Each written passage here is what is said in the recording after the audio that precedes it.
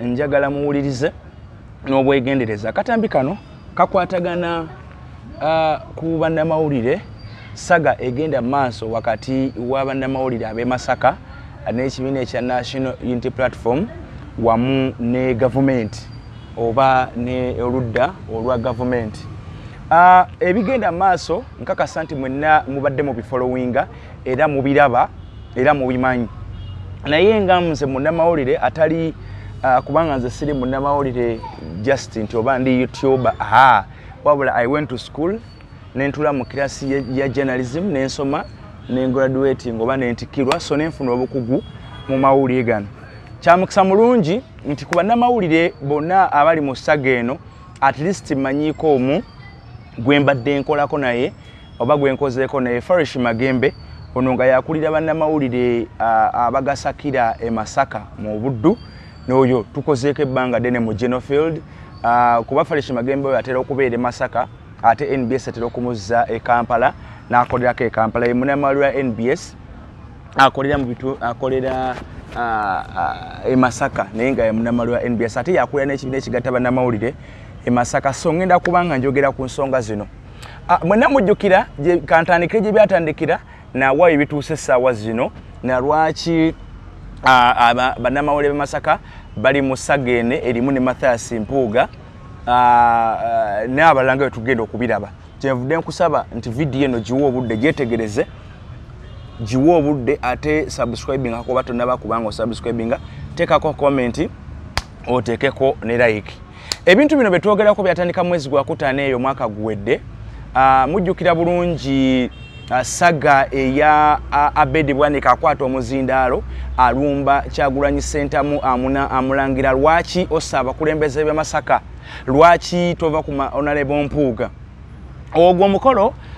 gwali gwa kuziika. Omuntu yali aziikibwa yali muganda wa eyali omubaka w'e Bukoto. Actually eyali aziikibwa yali muganda we yali Secretary General wa Democratic Party omugenzi omwami gwe bayitanga Matiya Nsubuga birekeraawo. Wabula eyali aziikibwa ku olwo yali muganda we naye nga yali awangalira mu Bungereza, yali awangalira UK era yali musajja musuubuzi ng'atunda mmere oba ebyokulya naddala emmere gyali ng'ajja e Uganda n'agitwala eri n'agitunda. So yali munnabyabufuzi era okuziika okwo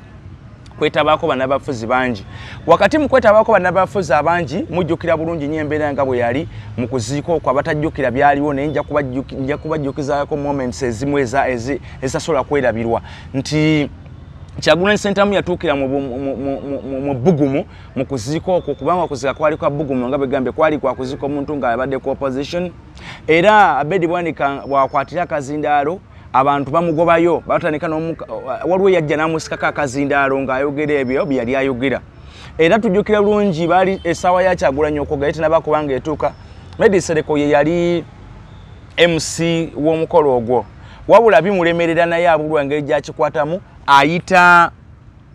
Meya Mulyannyama amuwa akazaala Meya ayite Kyagulanyi asobole okuneutralizinga embeera oba okukakanya embeera ey'ebbugumu.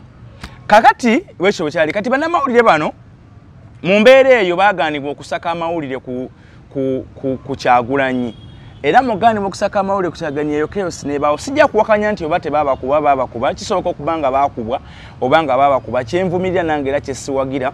kudda ku munnamawulire n'okuba. However ebyajjawo after bye tugenda okubanga tutunuulira mu mboozi era nga tugenda kukootinga nnyo Farish Magembe bwe yavuddeyo ne yeegaana bannamawulire bano ate nga yabadde atambula nabo mu mbeera zonna. Nsobodde okubanga tukwatagana nga nkwatagana n'abo abasobodde okubanga bakolako zi interviews ne Farish Magembe n'okubanga tumuwuliza era mugenda kumanya kiki kyennyini ekituufu ekiriwo n'omusango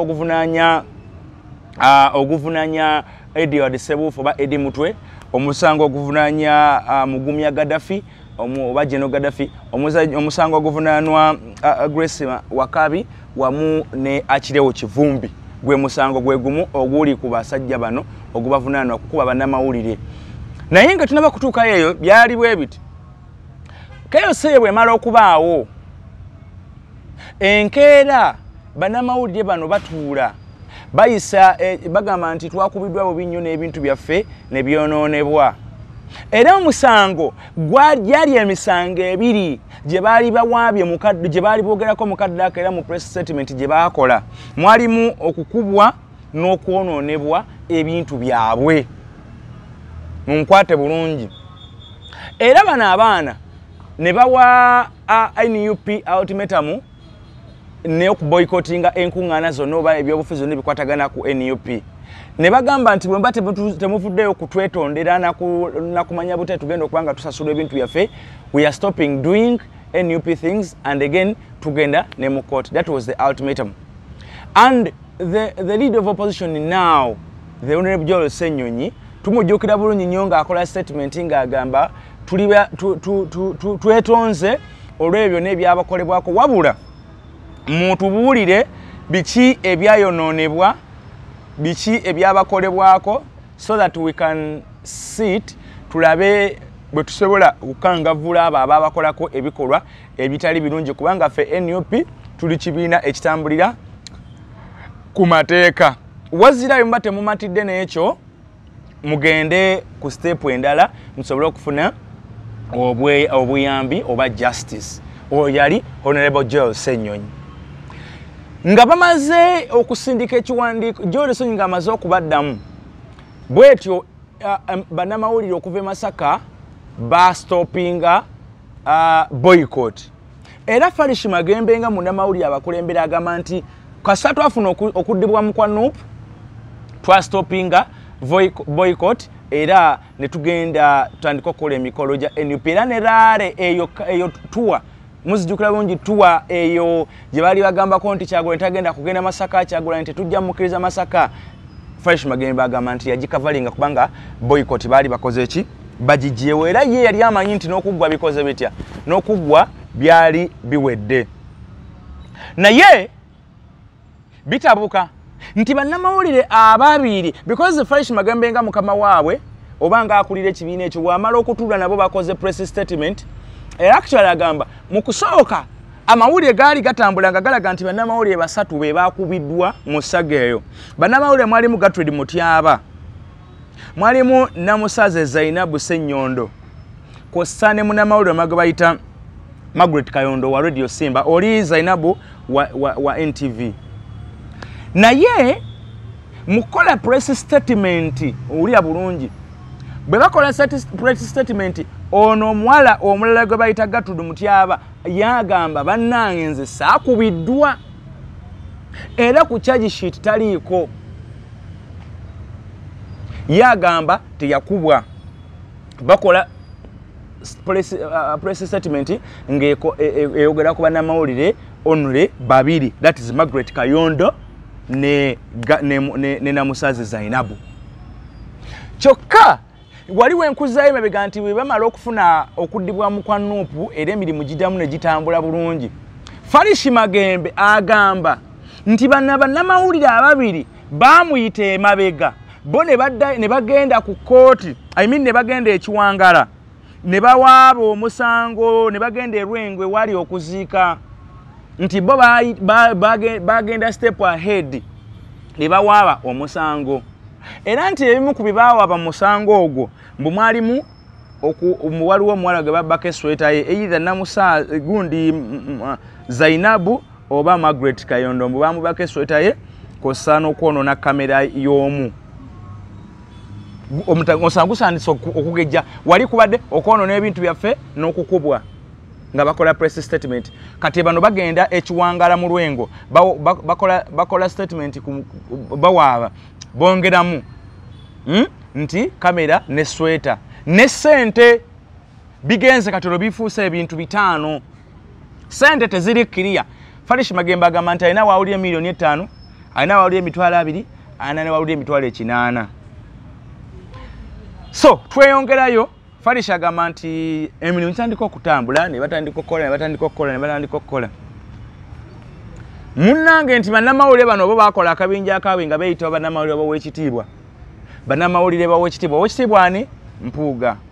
So bano abaana abawala nti bajjanga bongera okukipika nga bagamba nti tugenda kubalabisa bafuutu bigere ba NUP, tugenda kubalagako. These two girls, actually there are 3 but one is just jongeza omuliro. Babiri abali ku charge sheet, naye mulimu ono Gertrude Mutyaba ye wajongeza omuliro ajubisa. ekirala nti ku charge sheet bwe bagenda ekiwangala bayongerako abantu abalala naye nga si bamawulire era charge sheet eriko abantu 6 abana tebamanyikiddwa ewe bava ababiri be bamawulire oba munfuna bulungi so njogera nga ndi speed simanyi oba speed gye mbatwalirako mu bipiikinga but that is the thing bye biriwo bwento besobola okubanga mbinyonnyola kakati Magemba gamba nti baba bali awo nga bakutte Akireewo Kivumbi nga bakutte Mugumya Gaddafi nga bakutte ne Grace Wakabi baba lese ku police e Masaka aganti yagenda n'okugendayo babongedde babatutte mu kooti mukubatwala mu kooti ebyaliwo mwabimanya batutte Masaka naye wakeese no weyakyukidde okuva mu kukuba deni neddamu mu kubaamu ebiso actually ngenda kulaga ne bannamawulire bano ab'e Masaka obuzibu obuboolekedde na kiki boolekedde kye batamanyi kye bayingirira keesi ewambibwa okuva ku bannamawulire egenda efuuka keesi ya oba njiyite keesi ya siteeti njiyite keesi yaali because bagyongeramu ebiso mbu bateekebwako ebiso mbu bateekebwa ebiso kuki ku bulago obuwiki muwali mu keesi y'okulwanagana naye ate okulwana okulinga okubaita okulwana kwali kutangira butasemberera ani obutasemberera Kyagulanyi Ssentamu n'agavubuka ge baali bataddewo mpuga ge yali astaginzewo nga gawanisa ebipande ebyali bivuma Kyagulanyi mu kuziika okwo so kati bano babodegaadi ba Kyagulanyi baali bagezaako okubodegaadinga mukama waabwe aleme kutuusibwako bulabe wewo webagamba nti obakola ki wewaali okubakuba kati nze nga bwe mmanyi emisango because we have been in mu mawulire for some time ebintu bino singa tubirabye natandika amawulire yali 2014 so you can count okuva olupaka olwalyo emyaka emeka gye maze mu kazannyo kano naye njagala nkulage nti waliwo ebintu ebimu n'ogenda mubadde nga mubiraba bulijjo kankuwe ekyokulabirako kya Alien Skin Alien Skin bamukwata juzi ne bamutwala nga bamuvunana kuba basawo b'ensambya bwe yatuuka ku poliisi paka kooti musango atuukayo nga n'ogukuba basawo teguliiyo nga eriyo gwakubba simu simanyi ya milioni 6 simanyi meka oba nfuna so bamanyi okyusa emisango ba poliisi CID batya nti statement ya jokola ewa CID kubanga CID yoyo musirikale akosa statement oba atwala statement yo egende wa DPP n'agamba kati okusinza ku statement eno eri wathe ogenda mu kooti oba DPP n'agisuula ng'alaba obujulizi obugirimu tebumala naye obeera mwegendereza nnyo ng'okola statement ewa CID kubanga CID byateeka mu statement bye bigenda ewa DPP then byeyigenda mu kooti bibawa omulamuzi kakati abawala bano tetumanyi obanga ddala bawaabira kubanako na bintu byabwe oba n'ebyokubateekako ebiso kubanga okubateekako ebiso it's another case murder bagita attempted murder okugeza kukutta omuntu using weapons kakati ogwo musango mulala era bano abawala bo bagamba abawala tebagamba Magembe yagamba kubanga abawala buli omu waali byamubijjiridde dda batuuza ya lukugunyu omusango gukyuka gufuuka nti babateekako ebiso abaki abavubuka ba Nuupu bano babodegaadi ba Kyagulanyi nti bateeka ebiso ku bannamawulire bano tujja kwebuuza ebiso mu budde obwo byavaawa n'ebiringa ebyo naye lwaki keesi eno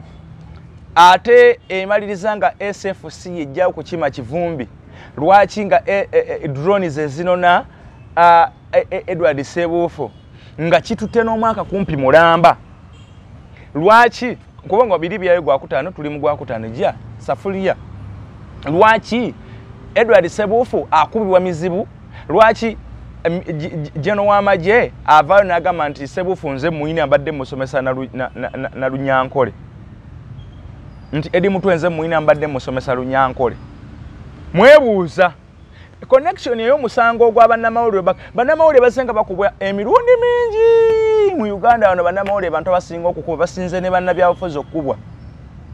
bannamawulire basinze ne bannabyabufuzi okukubwa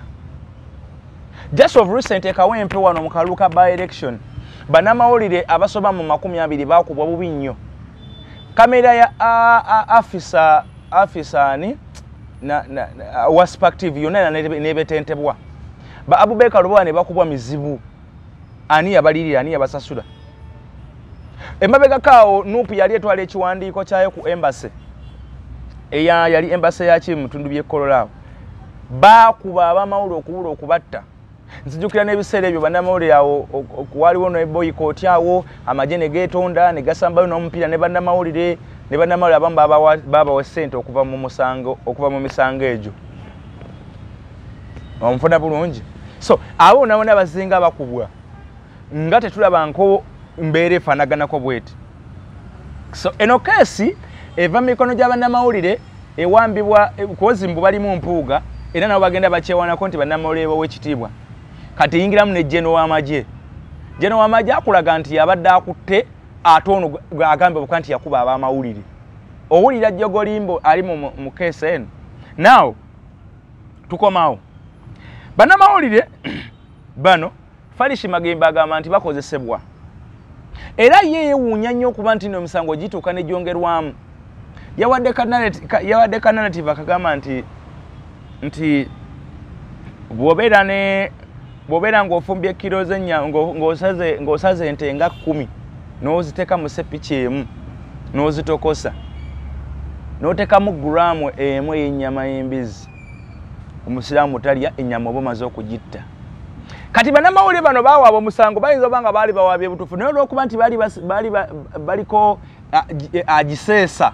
invisible hand yali egiseesa naye batuuka kubakyusa statement. Mu kubakyusa statement ne bateekamu obuso n'ebyambe na biki. Kati bannamawulire balaga bye bali mu musango ensi ebatuddeko kati ngenda kulaga obuzibu bulabo bajjidde. Naye emabega kaawo Farish Magembe ayisa ekiwandiiko. Bannamawulire bennyini bamuyisamu eggaali bamugamba nti goleka walidde mu Nuupu. Ffe tuveeko tutambule n'omusango gwaffe. Tuveeko tukulukute. Tuveeko tweyongere n'omusango. Bannamawulire ab'e Masaka. Bawakanya ekiwandiiko mukama waabwe pulezidenti w'amawulire wekiro ekigatta bannamawulire Masaka kiyafulumya. Ekyali kibagamba okusizinga fire n'okukola kubanga Nuupu yali emaze okuvaayo ne yeetonda ate ne balaga nti babaawo ebintu ebyano ne bamubireete tukola accountability bibasasulwe. Ekyo yali statement yava mu ewa Johnson era Farish Magembe n'agiraba nga statement yali yavunaanyizibwa n'agamba banne bateeke wansi ebyokulwanyisa emirimu gyeyongereyo. So bano ko baalina omuntu abapikiriza ebbali ne basalawo beeyongereyo mu kooti. Kati ebiri mu kooti bye bino ndowooza biraba. Naye waliwo ekintu ekimu bye tukola mu bulamu nga tataddeemu bwongo otaddeemu magezi. Bw'otunuulira Kyagulanyi Ssentamu yakoze statement n'agamba nti bwe baalambuddeko ku Edward Ssebuufu mu kkomera gy'ali yagambye nti singa tafuna bujjanjabi bumala ayinza okufa. Now weeteeke mu bigere nga yegwe Margaret Kayondo, yegwe Zainabu Mutyaba,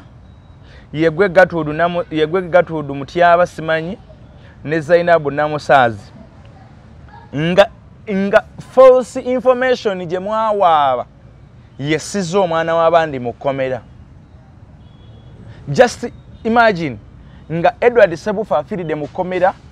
nga mu bye mwawaaba ebifu ebitaliiyo olw'okuba nga mulina mpuuga emabega wammwe nga bye bimutidde mu kkomera.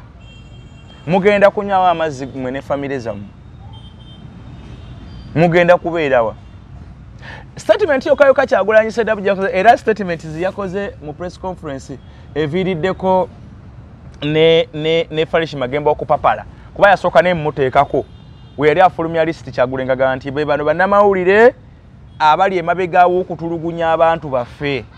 N'aboogera Farish Magembe yavuddeyo emisinde n'agamba badde president sibiriimu nze ndi munnamawulire abadde akulembera bannange era akulembera ekibiina ekibatwala. Keesi yonna ebaawo ng'ekwatagana kwa bannamawulire am involved butereevu.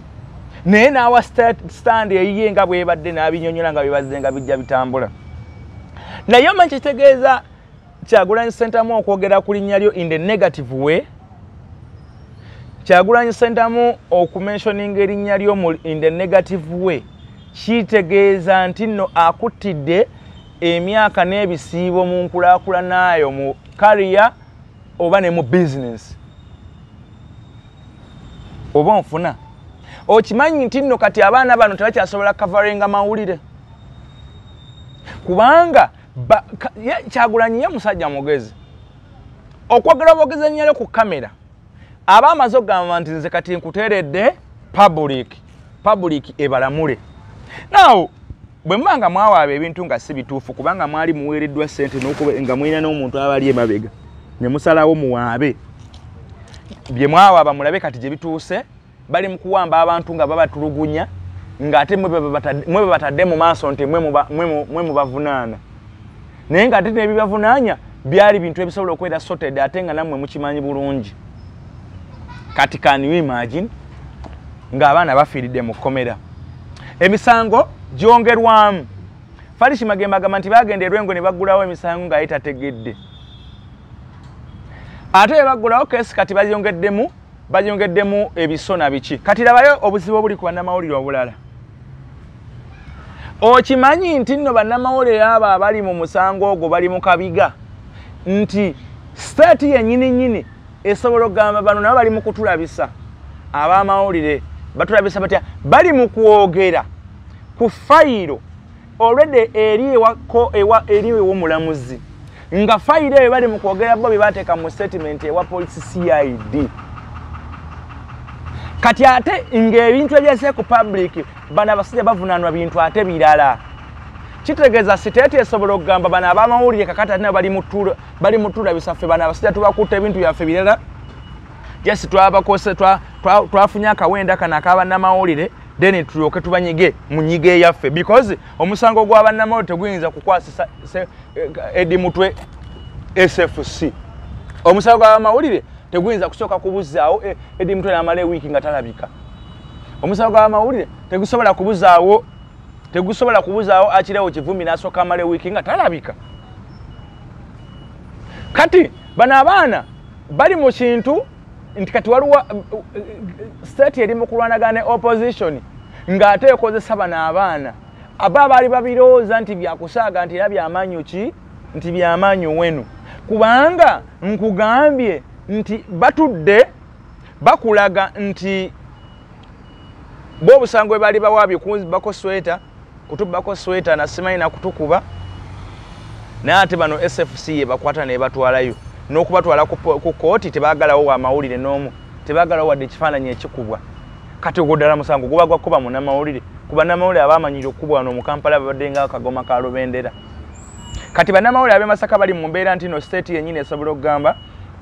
bano abamawulire batuwa information enkyamu kimu bannamawulire bali mu kutulabisa bo bakola statement yaabwe ffe twagyongeddemu ebyaffe ate bali mu kwogera bo bwe baakola mu statement ate biliwo omulamuzi nabyo biki birala esigeddamu ziri balisigadde liri mu Dene State nga yo n'ebitongole ebyokwena nabyo biba bisigadde biri mu kuswazibwa. Bannamawulire still okubonaabona okubagidde nti public abantu bagenda sigala nga babalaba bubi mwe mwasibye abaana baffe mwe musebeza abaana baffe okutuuka okubeera mu mbeera gye bali mu makomera family zaabwe zikaaba because of you n'ebiringa ebyo nkulaga obulumi bano abaana bwe balimu batategeera ekintu kye bayingiramu bayinza n'okwesanga bagenze mwekiza ironze nkubuulira kubanga omulimu oba ogusse omulimu gwe guba gufudde tuyingira mu kaseera ak'ebyokulonda NUP ekubaanize ekugobye NUP yesinga okuba ombojja mu bitundu bya Buganda ogenda kukavalingawo so kakati bannamawulire simanyi kye bayinza kukola. Anyway okudda ewali nti omusango guno bwe bagamba nti no babodegaadi ba Kyagulanyi okimanyi nti ne Kyagulanyi baba bamuyingiza mu musango guno kubanga kyekyaviirako eno embeera okubaawo nti Kyagulanyi kati mu mbeera Kyagulanyi aba naye abayingiddewo kati wabaayo omuntu ayagala Kyagulanyi nga ye ayagala omugattako kese naaba afunye olwendo olumugattako because bali abakuumi be baakuba abantu bano kuba naye yaliwo era baali bagaadinga ye so naye olwajja ku fayiro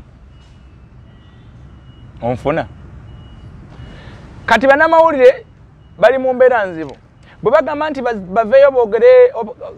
open ebikibbo bye baawaaba osanga ojja kuba eddoboozi libagamba musirike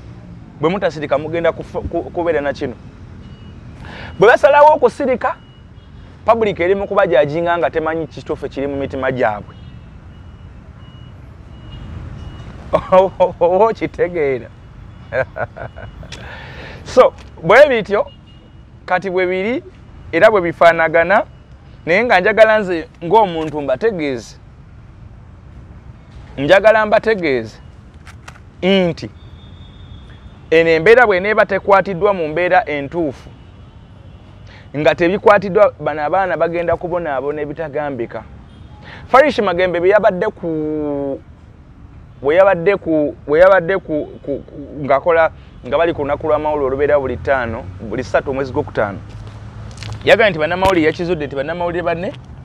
they are being used by politicians and we all know that politician who is using the journalist in Masaka and these journalists they are calling themselves bannamawulire ow'ekitiibwa so we know who is using them agamba bakola statement ndala asanga statement emisanga tagitegeera kati yatuusa kiseera naga kati nange bannange mbavuddemu mbeesonyiye kati ebiriwo bayira mbadde gamba nti bannamawulire bali okimanyi nti nabo basobola okukwatibwa nga state eri mu kunoonya ngeri gyekwatamu abantu bano ebanyige bannamawulire basobola okubeera awo nga nabo bali mu mbeera ya kukwatibwa because kubanga bali mu kuwuddisa state ne public oba bali mu kukola statement ezisobola okukyusa keesi kati oli asobola okugamba nti bannamawulire bano nabo osooke mubayingize namwe munaabayingiza oba oli awo okitegeera olaba babayingiza ne babasibira ebintu by'obwereere ne babasiba ekyokubiri bannamawulire bano batandise okuzannya politics bavudde ku cause bavudde ku mulimu gwabwe ne bazannya ebyobufuzi ate nga babizannyira mu mulimu osobola okuzannya ebyobufuzi nga oli bbali w'amawulire naye ate obanga mu mawulire mwennyini mw'osinziira n'okola ebyobufuzi n'otandika okuba nuupu n'otandika okuba NRM n'otandika okuba FDC kubanga olinako side gy'owagira olwo omulimu oba ogukola ki oba ogutta era oba ogwonoona nabwe kityo nze ng'omusajja omukulu abadde ku kazinga kano okumala ebbanga yali akubiddwako poliisi n'ebitongole ebikuumaddembe mu nsonga zino nga tukavalinga amawulire nja kulowooza nti nno bannamawulire bano baveeyo boogere because kati kyabasuseeko if it was compensation temusobola kati funa compensation bwe muba mubadde mwagala linnya nti babalabe nti nammwe muli bamaanyi Masaka erinnya mugenda kulifuna naye mugenda kulifuna mu ngeri negative bwe muba mubadde mwagala sente baba compensating sente musobola zifuna kati olwo muzze kuki era muli kuki nabagambe strictly sagala kususa dakiika 4 mu mboozi yaffe ey'olwaleero mbadde njagala kubannyonnyola ekituufu ekisibya Edi Mutwe ne General Gaddafi ne Akireo Kivumbi kosa ne Grace Wakabi mbategeeza nti keesi eyo kati kyagishitereka abantu 6 abaana tebamanyikiddwa 2 be bamawulire bannamawulire abali ku keesi eno njagala mutuula obudde bwe interview ne batuuseeko njagala mwefumiitirize bannamawulire Gatudu Mutyaba Namusaazi Zainabu ne Margaret Kayondo nsaba mutwale obudde buno mwefumiitirize abamanyi abasobola batuusaako information eno mutwale obudde mwefumiitirize ku kye kiyinza okutuukawo singa Edi Mutwe afiira mu kkomera ng'afudde oluvannyuma lw'okutulugunyizibwa okutuluguza nga kwajjawo oluvannyuma mu lwa misango gye mwawaaba ate nga temugyekakasa nga tegiinaako na bujulizi because okuva yonna ne byabaawo bano abantu balema okuproducinga obujulizi obugamba nti edi mutwe yankuba oba kivumbi yankuba because balina kamera zaaliwo kamera ku mukolo zaali competitive nyogo omukolo gwaliko kamera eza ba youtubers kamera ez'abamawulire naye tewaliwo kafute konna nga akirewo kivumbi owa Edward Sebufu ng'akutte ngumi agifunyiza wamo tekaliiwo namwe benyini ba complain nti mwale muka producinga kati muli ku bulimba kwe mwawaabira abantu ne njagala mubeere muko nensa nzaba mubeere muko n'obuntu bulamu musoke mujjukire ekisobola okubaawo obulamu bw'abana abantu nga mubasibira because mwe mwawaaba bano bannabyabufuzi ne bagamba no kesa kati tubafunye era abakesi bagenda bajo era na kino kanti bagambi bwe mubanga mwe mwagenda ne mukyusa statement gye mwakola omukusooka because bwe mwali mufulumya press statement mwagamba baba kuba nakwona bintu byammwe ne mwate ne mugamba nti sweta y'omu ne kasikaafu ne kamera naye bwe mubanga mwaddayo bennyini ku poliisi ekiwangala erwengo ne mukyusa statement ne muteekamu ebiso nti Geno Gaddafi ne Edward Sebufu babagirayo ebiso okubakuba mugenda kufa bubi era temugenda kufuna mirembe n'ekintu ekyo nkakasa mugenda kubeera nga kibalumiriza era nga muyina okulumizibwa okw'amaanyi ku nsonga eyo bwe muba temuddangayo kukola kukyusa statement nga bye mulaba nammwe temubimanyi nga nammwe mulaba bipya ku bye mwawaaba muveeyo munnyonnyole public kikye mwawaaba otherwise bwe munaaba musirise muveeyo nga Farish Magembe kati Farish Magembe yabeyambudde era Farish Magembe kati asobola n'okutambula n'asaba n'amazzi n'aganywa ne Makago w'NUP because yagambye yi yaliwo ng'akuli amamawulire era ne bakola statement kyokka bannebe ate bye yakola statement ndaba bo bamwefuulira abagamba nti NUP etwetondedde batenkera bagenda baddayo ekiwangala bawaaba omusango era owekitibwa osimanyi owekitibwa gwe boogerako abapika Farish Magembe afulumya n'ekiwandiiko bakiwakanya nti ekyo ekiwandiiko kiri feke ne bamuyisaamu n'eggaali ne bagamba nti yalidde mu NUP kati oye yalaze dda nti ali ku sayidi ye gy'aliko kati namwe muveeyo mu nsi muno njagala nkwembe ekigambo bw'obanga oli ku mazima ganywerereko ne bwe galibanga batono abanaakutegeera ganywerereko mpaka abantu bonna ne bakutegeera oyo omu ababiri abali kutegeera bye balimanyisa abalala amazima ago kyokka ate obanga oli ku bulimba kimanye ng'obulimba nti busobola okusaanyaawo obulamu bwo Biva Organic basangibwa Mengo wano balina bajjanjaba mu ndwadde zonna esombwa Abannayuganda mbasaba okugendayo mufuna obujjanjabi obwo mufuna obujjanjabi gwe oyina prostate oyina pressure oyina sukali oyina ania oyina ebizimba mu lubuto oyina ebizimba mu nabaana oyina ebintu ebityo tosa bulungi oyina omugejjo tosobola nakukola kino tosobola nakola kiri amagumba gakuluma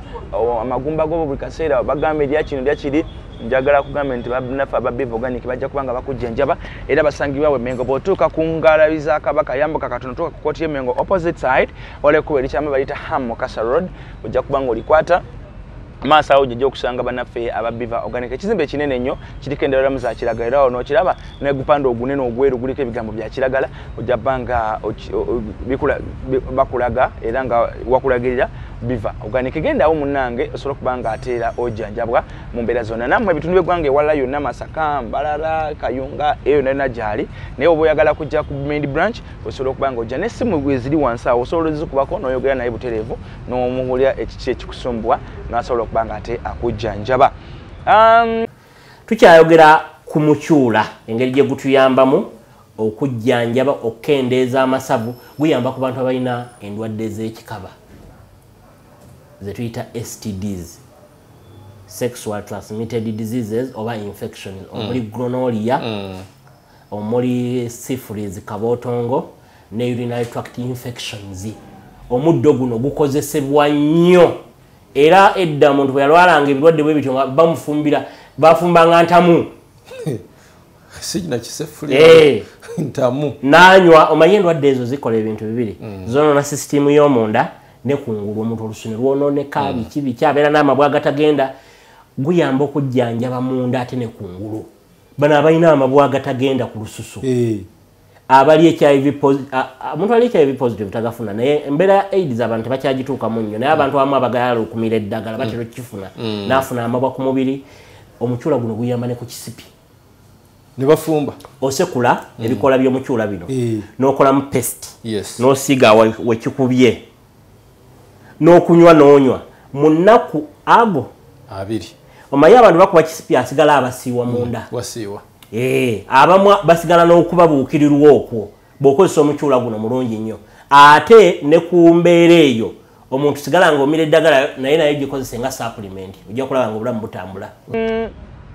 kakati bannaffe aba earth engineers bagamba nti bakuleetedde ebintu n'ebikozesebwa mu kusobola okwesefugadinga mu maka ago ku mulimu gwo w'okolera neewalinga ewo balina cameras ennungi zino zibatera zi CCTV cameras gy'osobola okuteeka wokolera mu office yo ku ssomero ku mulimu ku kizimbe ekyo nyumba z'abapangisa nyumba za apartments supermarket wonna wali business yo teekawo CCTV camera zino ove mu kugobagana n'ababbi balina obuma bwe bayita access abagenda otandisa offices oyagala abantu obakwata obudde ani ayingidde ani atayingidde okunyigamu ekigalo so awo kati ensi weetuuse obuntu omugende mubenga mubufuna so kubanga bayambako okulimitinga abantu abayingira mu office unnecessarily oba unwanted oba abateetaagisa kati akakantu ka access kabeera kakkiriza abo bokka balina access ku room eyo ku office eyo balina gate eziri automatic zeggulawo zokka ate nga tezikaaba nga tezireekaana so kwegamba oyinza okuba nga ovudde gy'ovudde tolina budde buza okusaba abantu beewakaabo bajja kubanga bakuteerako